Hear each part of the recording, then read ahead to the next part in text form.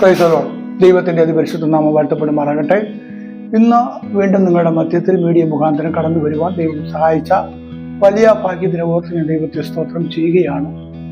ഇന്ന് നാം ചിന്തിക്കുവാനായിട്ട് ആഗ്രഹിക്കുന്ന വിഷയം, നാം എന്തിനെല്ലാം മാതൃകയായിരിക്കണം, നാം ലോകത്തിന് എങ്ങനെയൊക്കെയാണ് മാതൃകയായിരിക്കേണ്ടത് എന്നതിനെ കുറിച്ച് വേദപുസ്തകം നമ്മോട് എന്താ പറയുന്നത് എന്നത് ചിന്തിക്കാം. നമ്മൾ അതിനുവേണ്ടി ഞാൻ താല്പര്യപ്പെടുകയാണ്. ഈ ലോകത്തിനകത്ത് പ്രതികൂലങ്ങളും പ്രയാസങ്ങളും നിറഞ്ഞുകൊണ്ടിരിക്കുന്ന ഒരു കാലഘട്ടത്തിൽ കൂടിയാണ് ലോകം പോയിക്കൊണ്ടിരിക്കുന്നത്. ഈ കാലഘട്ടത്ത് മനുഷ്യൻ എങ്ങനെ ജീവിക്കണം എന്ന് വളരെ അറിയുവാൻ കഴിയാത്തതായ ഒരു സിറ്റുവേഷനിൽ പോയിക്കൊണ്ടിരിക്കുകയാണ്. എന്ത് ചെയ്യണം, എങ്ങനെ മുമ്പോട്ട് പോകണം എന്നുള്ള ഒരു വലിയൊരു സംശയത്തിൽ പോയിക്കൊണ്ടിരിക്കുന്ന ഒരു കാലഘട്ടമാണ്. ഭയത്തിൻ്റെയും പ്രതികൂലത്തിൻ്റെയും പ്രയാസത്തിൻ്റെയും അനുഭവത്തിലേക്ക് പോയിക്കൊണ്ടിരിക്കുന്ന ഒരു കാലഘട്ടത്തിലാണ് നാം ജീവിക്കുന്നത്. ഇതിൻ്റെ നടുവിൽ നാം എങ്ങനെയൊക്കെയാണ് മാതൃകയായിരിക്കേണ്ടത് എന്നതിനെ കുറിച്ച് വേദപുസ്തകം നമ്മോട് എന്ത് പറയുന്നു എന്ന് നമുക്ക് നോക്കാം.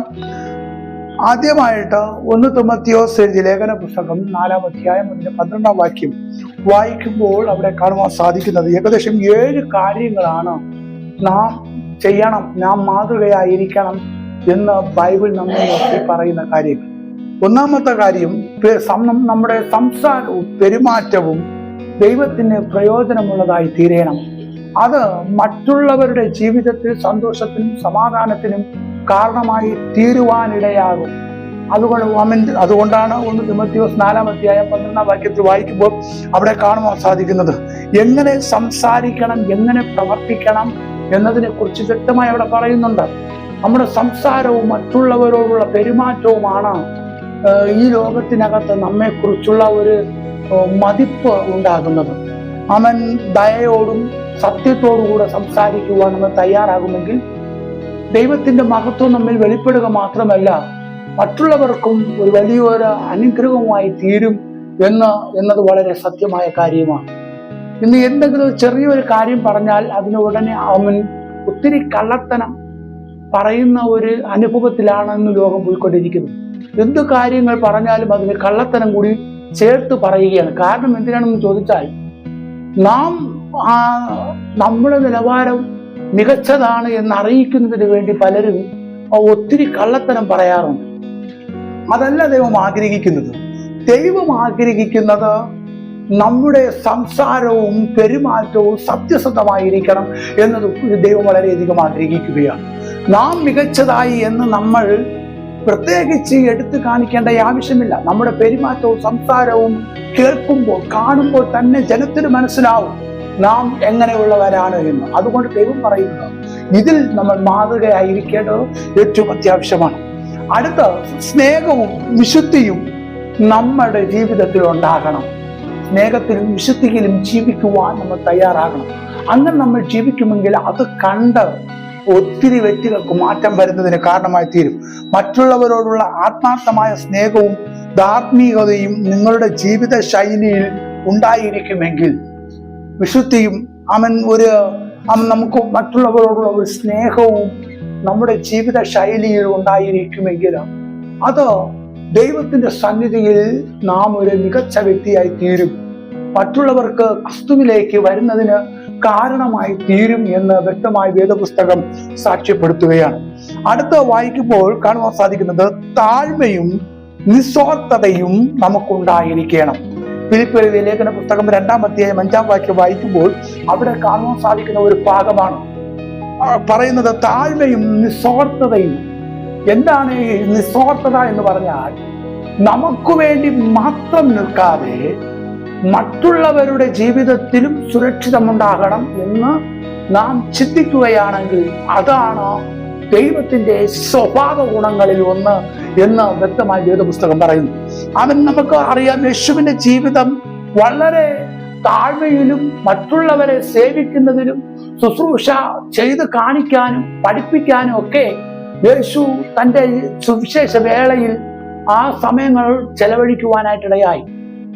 എന്തുകൊണ്ടാണ് യേശുവിന്റെ പിന്നാലെ ഒരു കൂട്ടം ജനം കടന്നു വരുവാനായിട്ടിടയായി എന്ന് ചോദിച്ചാൽ, ആ യേശുവിന്റെ വായിൽ നിന്ന് വരുന്ന വാക്കുകൾ ജനത്തിന് വളരെ പ്രയോജനം ഉണ്ടായിട്ടുണ്ട്. ജനത്തിന് വളരെ സന്തോഷമുണ്ടായിട്ടുണ്ട്. കാരണം അത്ര അതല്ല ഒരു സേവനമാണ് യേശുവിൽ നിന്നും ജനം അനുഭവിക്കുവാനിടയായത്. ഞാൻ എന്ന ഒരു ഭാവ വ്യത്യാസത്തോടു കൂടിയല്ല യേശു അവിടെ പെരുമാറിയത്. യേശു അവിടെ താഴ്മയുള്ള ഒരു അനുഭവത്തിലാണ് അവിടെ പെരുമാറുവാനായിട്ടിടയായത്. അപ്പൊ അതുപോലെ നമ്മുടെ ജീവിതത്തിലും ഒരു താഴ്മയുടെ മനോഭാവം നമുക്കുണ്ടെങ്കിൽ, നമ്മുടെ ജീവിതത്തിൽ ഒരു സ്നേഹം നമ്മുടെ ജീവിതത്തിലുണ്ടെങ്കിൽ, സ്വാർത്ഥത മനസ്സുകളെ മാറ്റിവെച്ചിട്ട് എല്ലാവരും നമ്മെ പോലെയാണ് എന്ന് ചിന്തിച്ചുകൊണ്ട് മുമ്പോട്ട് പോകാൻ നമ്മൾ തയ്യാറാകുമെങ്കിൽ അത് മറ്റുള്ള ജനത്തിന് മാതൃകയായി തീരും എന്നത് വ്യക്തമായ വേദപുസ്തകം നമ്മെ എടുത്തു കാണിക്കുകയാണ്. ഇന്ന് സ്വാർത്ഥതയ്ക്ക് വേണ്ടി എന്തും ചെയ്യുവാൻ മനുഷ്യൻ നെട്ടോട്ടം ഓടുന്ന ഒരു കാഴ്ച നമുക്ക് ലോകത്തിൽ കാണുവാനായിട്ട് കഴിയുന്നു. സ്വാർത്ഥതയ്ക്ക് വേണ്ടി നമ്മൾ നിന്നാൽ നമ്മുടെ ജീവിതത്തിനകത്ത് സമാധാനം ഉണ്ടാകത്തില്ല, സന്തോഷം ഉണ്ടാകത്തില്ല എന്നത് ഒരു സംശയവുമില്ല എന്ന കാര്യം നമ്മൾ മനസ്സിലാക്കുക. അടുത്ത സൽക്കർമ്മങ്ങൾ ചെയ്യാൻ നമ്മൾ തയ്യാറാകണം. അവൻ ഇവിടെ പറയുന്നത് തീത്തോസ് എഴുതിയ ലേഖന പുസ്തകം 2-ാം അധ്യായം 7-ാം വാക്യം വായിക്കുമ്പോൾ അവിടെ നിങ്ങളുടെ പ്രവർത്തികളുടെ മാതൃകയായിരിക്കണം. നിങ്ങൾ ചെയ്യുന്ന എല്ലാ കാര്യങ്ങളിലും സത്യസന്ധതയും നിങ്ങളുടെ ആ ഒരു മികച്ച അനുഭവവും വെളിപ്പെടുത്തുവാനായിട്ട് നമ്മൾ തയ്യാറാകും എന്ന് പറഞ്ഞാൽ വചനം പറയുന്നത് നിങ്ങളുടെ ജീവിതത്തിൽ നിന്നും സൽക്കർമ്മങ്ങൾ ചെയ്യാനുള്ള ഒരു മനോഭാവം, ഒരു മനസ്സ് നമുക്കുണ്ടാകണം. അങ്ങനെയുള്ള കർമ്മങ്ങൾ നമ്മൾ ചെയ്യുമ്പോൾ നമ്മുടെ ആ കർമ്മം കണ്ട് മനുഷ്യ ജീവിതങ്ങൾക്ക് മാറ്റമുണ്ടാകുന്നതിന് കാരണമായി തീരും എന്ന് വേദപുസ്തകം വ്യക്തമായി വിളിച്ചു പറയുകയാണ്. അതുപോലെ തന്നെ യോഹന്നാൻ 13-ാം അധ്യായം 15-ാം വാക്യം വായിക്കുമ്പോൾ അവിടെ യേശു പറഞ്ഞ ഒരു കാര്യം ഇങ്ങനെയാണ്: യേശു എന്താണ് ചെയ്തത് അത് നിങ്ങളും ചെയ്യുവിൻ എന്നാണ് അവിടെ യേശു നമ്മെ പഠിപ്പിക്കുന്നത്. യേശു മാതൃകയായിരിക്കുന്ന ഒരു അനുഭവം നമുക്ക് കാണുവാനായിട്ട് കഴിയുന്നു. അപ്പൊ യേശു നമുക്ക് മാതൃകയായിരിക്കുന്നത് പോലെ തന്നെ നാമും ജനത്തിന് മാതൃകയായി തീരണമെന്ന് കർത്താവ് നമ്മെ കുറിച്ച് ആഗ്രഹിക്കുകയാണ്. മത്തായി സുവിശേഷം 5-ാം അധ്യായം 16-ാം വാക്യം വായിക്കുമ്പോൾ മനുഷ്യൻ നല്ല പ്രവർത്തികളെ കണ്ട് സ്വർഗസ്ഥനായ നിങ്ങളുടെ പിതാവിനെ മഹത്വപ്പെടുത്തേണ്ടതിന് നിങ്ങളുടെ വെളിച്ചം അവരുടെ മുമ്പിൽ പ്രകാശിക്കട്ടെ. നമ്മുടെ നല്ല പ്രവൃത്തി എന്ന് പറയുന്നത് നമ്മുടെ ജീവിതത്തിൽ നിന്ന് വെളിച്ചമാണ്. ബൈബിൾ പറയുന്നത് നിങ്ങൾ ലോകത്തിന്റെ വെളിച്ചമാണ്, നിങ്ങൾ ലോകത്തിന്റെ കണ്ണാടിയാണ്. ബൈബിൾ ഒത്തിരി കാര്യങ്ങൾ മനുഷ്യരെ മുൻനിർത്തിക്കൊണ്ട് വിളിച്ചു പറയുകയാണ്. അത് നിങ്ങൾ ലോകത്തിന്റെ പ്രകാശം എന്ന് പറഞ്ഞാൽ നമുക്ക് സാധാരണ ഒരു നല്ല ഹൈവായിട്ടുള്ള ഒരു ബൾബ് കൊണ്ട് പ്രകാശിച്ചുകൊണ്ട് തിരിയുന്നതല്ല നമ്മൾ ലോകത്തിന്റെ പ്രകാശം എന്ന് പറയുന്നത്. ഈ സൽക്കർമ്മങ്ങൾ ഞാൻ നേരത്തെ പറഞ്ഞതുപോലെയുള്ള പെരുമാറ്റവും സ്നേഹവും വിശുദ്ധിയും താഴ്മയും നിസ്വാർത്ഥതയും ഒക്കെ ഉള്ള ഒരു മനോഭാവം നമ്മുടെ ജീവിതത്തിൽ ഉണ്ടെങ്കിൽ അത് തന്നെയാണ് ലോകത്തിന് നാം കാണിക്കേണ്ട വെളിച്ചം. അതാണ് കർത്താവ് നമ്മളെ കുറിച്ച് ഉദ്ദേശിക്കുന്നത്. മത്തായി സുവിശേഷം 5-ാം അധ്യായം തന്നെ 14-ാം വാക്യത്തിൽ അവിടെ പ്രത്യേകിച്ച് പറയുകയാണ്, നിങ്ങൾ ലോകത്തിന്റെ വെളിച്ചമാക്കി കർത്താവ് മാറ്റിയിരിക്കുകയാണ്. ഈ നാളുകളിൽ ആ ദൈവം നമ്മെ കുറിച്ച് ഈ ലോകത്തിന് എടുത്തു കാണിക്കുവാൻ ആഗ്രഹിക്കുന്ന ആ വെളിച്ചം നമ്മിലേക്ക് വരണമെങ്കിൽ യേശു ചെയ്തതുപോലെയുള്ള പ്രവർത്തികൾ ചെയ്യുവാൻ നമ്മൾ തയ്യാറാകണം. നമുക്കറിയാം, പഴയ നിയമകാലത്ത് ഒത്തിരി കാര്യങ്ങളുണ്ട്, പക്ഷെ ആ കാര്യങ്ങൾ ചെയ്യണമെന്ന് ദൈവം പറഞ്ഞില്ല. പക്ഷെ പുതിയ ഒരു അനുഭവം കർത്താവ് നമ്മുടെ മുമ്പിൽ കൊണ്ടുവരികയാണ്. അതുകൊണ്ടാണ് പുതിയ നിയമം എന്ന് പറയുന്നത്. പുതിയ നിയമം പഴയ നിയമ കാലഘട്ടങ്ങളിൽ ശിക്ഷ അതികഠിനമായിരുന്നു. അതുകൊണ്ട് പാപം ശക്തമായി അവിടെ വളർന്നുകൊണ്ടിരിക്കുകയായിരുന്നു. ജനത്തിന്റെ ഇടയിൽ സ്നേഹത്തിന്റെ അനുഭവങ്ങൾ ഇല്ലായിരുന്നു.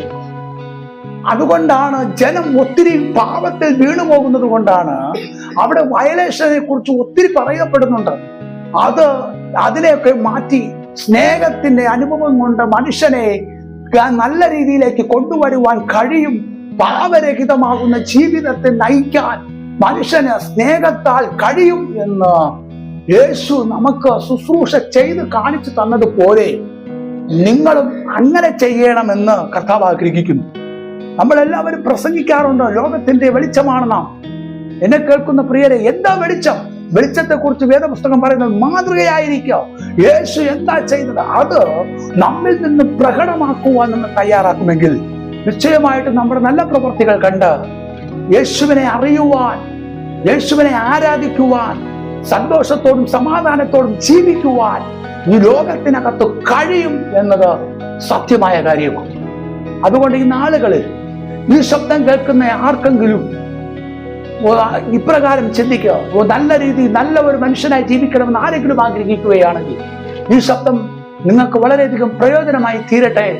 നമ്മെ ദൈവം ലോകത്തിന്റെ വെളിച്ചമാക്കി മാറ്റിയിരിക്കുന്നത് പറഞ്ഞുകൊണ്ട് നിൽക്കുവാൻ വേണ്ടി മാത്രമല്ല, ഈ പറയപ്പെട്ടതായ കാര്യങ്ങൾ സംസാരത്തിലും പെരുമാറ്റത്തിലും നമുക്കൊരു മാതൃക ഉണ്ടാകണം, സ്നേഹത്തിലും വിശുദ്ധിയിലും നമുക്കൊരു മാതൃക ഉണ്ടാകണം, താഴ്മയും നിസ്വാർത്ഥതയും നമ്മുടെ ജീവിതത്തിൽ നിന്നും ഉണ്ടാകണം, സൽക്കർമ്മങ്ങൾ ചെയ്യാനുള്ള മനസ്സ് നമുക്കുണ്ടാകണം.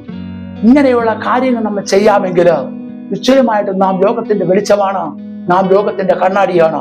ആരേലും നമ്മെ നോക്കിയാൽ നിശ്ചയമായിട്ടും നമ്മെ സൃഷ്ടിച്ച ആ കർത്താവായ ദൈവത്തെ അവരും കാണും. അതുകൊണ്ട് എന്നെ കേൾക്കുന്ന പ്രിയരെ, ഈ നാളുകളിൽ ഒരു മാതൃകയുള്ള ജീവിതം നയിപ്പാൻ ദൈവം നിങ്ങളുടെ ജീവിതത്തിൽ ഈ ശബ്ദം അവസരമായി തീരട്ടെ എന്ന് പറഞ്ഞുകൊണ്ട് നിങ്ങളുടെ ജീവിതത്തിൽ സന്തോഷമാകുന്ന ജീവിതം നയിക്കുവാൻ കർത്താവ് സഹായിക്കട്ടെ എന്ന് ആശംസിച്ചുകൊണ്ട് പ്രാർത്ഥിച്ചുകൊണ്ട് എന്റെ വാക്കുകൾ വിരാമം കുറിക്കുന്നു. ദൈവം നിങ്ങളെ ധാരാളം അനുഗ്രഹിക്കട്ടെ. ആമേൻ.